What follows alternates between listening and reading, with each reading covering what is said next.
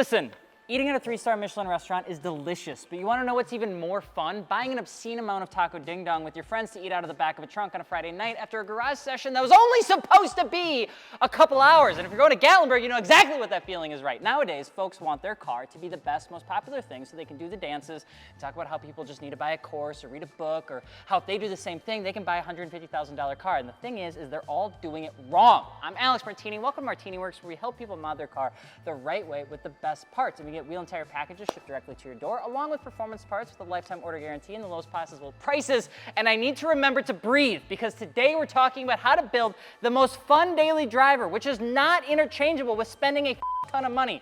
You're gonna have to bleep that out. Building a fun daily driver can be had by understanding the 4 testaments of car building. Number 1, understanding what you're working with. Number 2, what makes you smile. Number 3, can you buy the right parts? And number 4, dialing it all in versus just buying more stuff. So understanding what you're working with, that's the first one. To understand what you're working with, we mean, like, do you have a front-wheel drive automatic, a rear-wheel drive manual, an all-wheel drive PDK, or the 12 people screaming for 4 low in their Tacomas? A car's drivetrain can tell you which way you're gonna wanna go for number 3, which is, can you buy the right parts? But it also aligns with number 2 of what makes you smile. A front-wheel drive naturally aspirated car is going to be the most fun when you're driving it as fast as humanly possible in the corners until you understeer. The same thing with a turbo is going to give you a bunch of torque steer that you're gonna need to either marry or you're gonna need to like fix.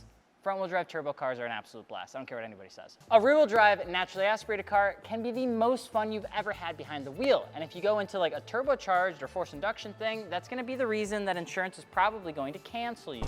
So, drivetrain dynamics, they play a huge role into how a finished car will behave and how much fun it can actually be. Front-wheel drive cars can be fun, but you'll spend more time dialing in how to fix your torque steer and manage weight distribution when you're hard on the brakes, which can be a really fun thing to learn. Now, rear-wheel drive cars are just naturally fun, but typically less functional than front-wheel drive cars. Rear-wheel drive cars in places where weather isn't the greatest means investing in parts that can do it all versus just like only being in race car mode. And all-wheel drive cars are just front-wheel drive cars with some rear-wheel drive bias. At least these days, which means having fun in these is usually the best when the weather is crummy. So build around that. Understanding your drivetrain is a lot of times where a lot of people get it wrong when trying to build a fun car. They want their front-wheel drive car to behave like a rear-wheel drive car, or they need their rear-wheel drive car to behave like a wintertime all-wheel drive car. And those things, they don't work like that. So just getting that established, ladies and gentlemen, I'm sweating because it's hot.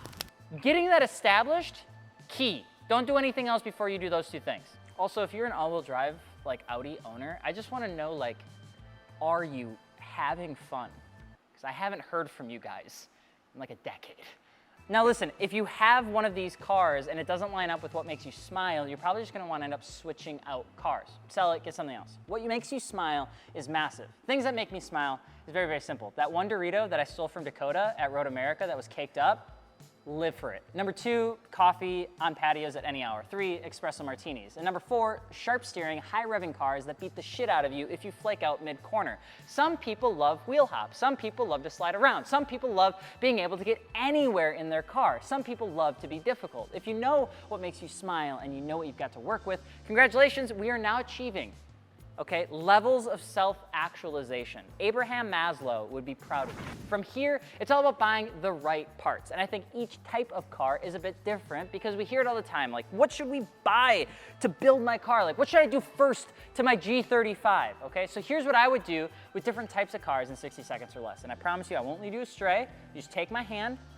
respectfully. Front-wheel drive cars under 300 horsepower. You're gonna have a lot of fun, okay? But you're probably not gonna be really fast. So invest in tightening up that front suspension with an aftermarket sway bar, upgraded brake pads like Blue Stuff from EBC, and some tires that can handle whatever weather you're in. So when in doubt, the General G-Max RS or the Conti DOS 06 Plus is awesome. You can get an exhaust to make it sound louder, but if it's between that and lowering springs or coilovers, get coilovers. If you're front-wheel drive and you're over 300 horsepower, now you're in that Type R territory. Cars mostly came stock with this power nowadays from factory, which means you can go with the aesthetic stuff first if you want to. But most cars here will cheap out on 1 of 3 things: wheels, tires, or brakes. Find out which one it is and fix that first. Like the Type R being on silly, expensive 20-inch wheels is silly, stupid, dumb. Just jump down to 19s. Also, since most folks here are forced induction, getting an air intake will just make everything more fun. It'll sound better, it won't really add much horsepower, but nobody really cares. You can get yourself an air intake. Doesn't really do anything, sounds great. If you're rear-wheel drive and you're under 300 horsepower, welcome to the Miata and S2000 world. I'm still sweaty, I'm trying to cool down. Driver mod here and the next one are the best thing you can spend your time and money on. So you'll have the most fun with an exhaust, cleaning up any tire issues you may have, and snagging a short throw shifter with an upgraded front and rear sway bars. Coilovers here are what will make your Miata feel like it's on rails, but don't cheap out if you can avoid it. A set of BCs or Fortunatos will make your car feel like you're on a gosh darn racetrack. If you have over 300 horsepower and you're rear-wheel drive, welcome to owning a domestic. We're glad you're here, partner. It's at this point that you're either going to do one of two things. You're either going to learn how fun it is to go in a straight line, or you're going to accidentally turn too far right when pressing the gas, and you're going to learn just how tight your orifices can truly get. Driver mod is always the first thing here, but investing in some good tires can help with teaching car control and pushing the power that you have on tap. Don't be afraid to invest in some good coilovers, of course, but typically bushings on rear-wheel drive cars will need to be replaced, especially in high horsepower cars. I'd stay away from engine mods until you feel like you can really drive this thing. Now, all-wheel drive cars, they're kind of a funny place to be, because you can do some stuff, but they don't really have like the overt aggressiveness of some of the rear-wheel drive sports cars. But here's what I can say. All-wheel drive cars, you guys are the coolest one out of everyone. Nobody is cool as a well-built, fun daily driver that's all-wheel drive, because you can go anywhere and you can do anything. So the one big tip that I'd have for you for making a fun car fun is don't ruin it. Just don't.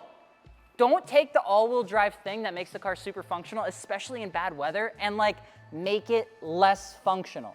Enjoy it. Drive it in the wintertime. You don't need to store your Audi A4. Just have a treat with it. Throw whatever wheels you want on it, get yourself some winter tires, and have a blast. If you have a manual all-wheel drive car and you live in the winter where it snows, you will not find anyone more happy than the person that's sliding around doing cyclones in the parking lot, than the person in that car. Now, I always think Audis with all-wheel drive, but obviously there's BMWs and Porsches and all these different cars that have good all-wheel drive systems nowadays. Now, you are gonna need to be careful with changing out your wheel and tire combo, because a lot of times those all-wheel drive systems can start throwing errors if you go too wide in the front versus the rear, if you have a reverse staggered setup, which is a weird thing on the new Audi RS3s, and some other cars like that as well. So just keep that in mind, that if you're gonna go something different with the wheels and tires, you'll want to be careful with that. A lot of all-wheel drive cars as well usually have some sort of electronic suspension. Try not to remove that if you don't need to. BC Racing has a new ASP lowering system that is essentially just a lowering spring system that goes on your OEM electronic suspension system. How many times can Alex say suspension in one sentence? That many times, apparently. That will work great, and you don't have to delete the electronic part of what makes those suspension systems great. Now, if you have over 300 horsepower and you're an all-wheel drive car, you're probably either a Porsche Macan or an Audi RS3, in which cases, do whatever you want, you have immaculate taste, you can do no wrong. But the final thing with having a good, fun daily driver, and I've made this mistake so many times, is treating your daily driver like your second project car, like treating it like that summer fun car. And you can do that to a point, but dialing it all in versus just buying more stuff is gonna make this thing an absolute treat. You don't need to do a lot with daily drivers. You just need to do the right things. Kicking it up in the noise department with an intake or exhaust is awesome. That doesn't mean you need to do downpipes. And quite frankly, I don't really know if you should, because when you do that, you're gonna do the while we're in there mistake. And we're retiring from that. It's like, you know, AAA, like let's get out of that process. Let's get into a new, healthier activity, which means not project creeping every vehicle you touch. And if you can do that, I'm really proud of you. Dialing it in terms of the fitment department is huge. Getting nice, perfect fitment with your daily driver automatically makes your car look 10 times better than anyone that has thrown an entire catalog on the side of a car and didn't know how any of it was going to go together. And that takes time. Getting the right brakes that can work in summer and winter takes time, but dialing it in is what it's all about. There's a lot of times where people try to speed up the process in terms of making a car fun because they just want it to be like the fastest or craziest or more unique. And I'm speaking as the stupid, silly idiot that does this literally all the time. Don't do any of that.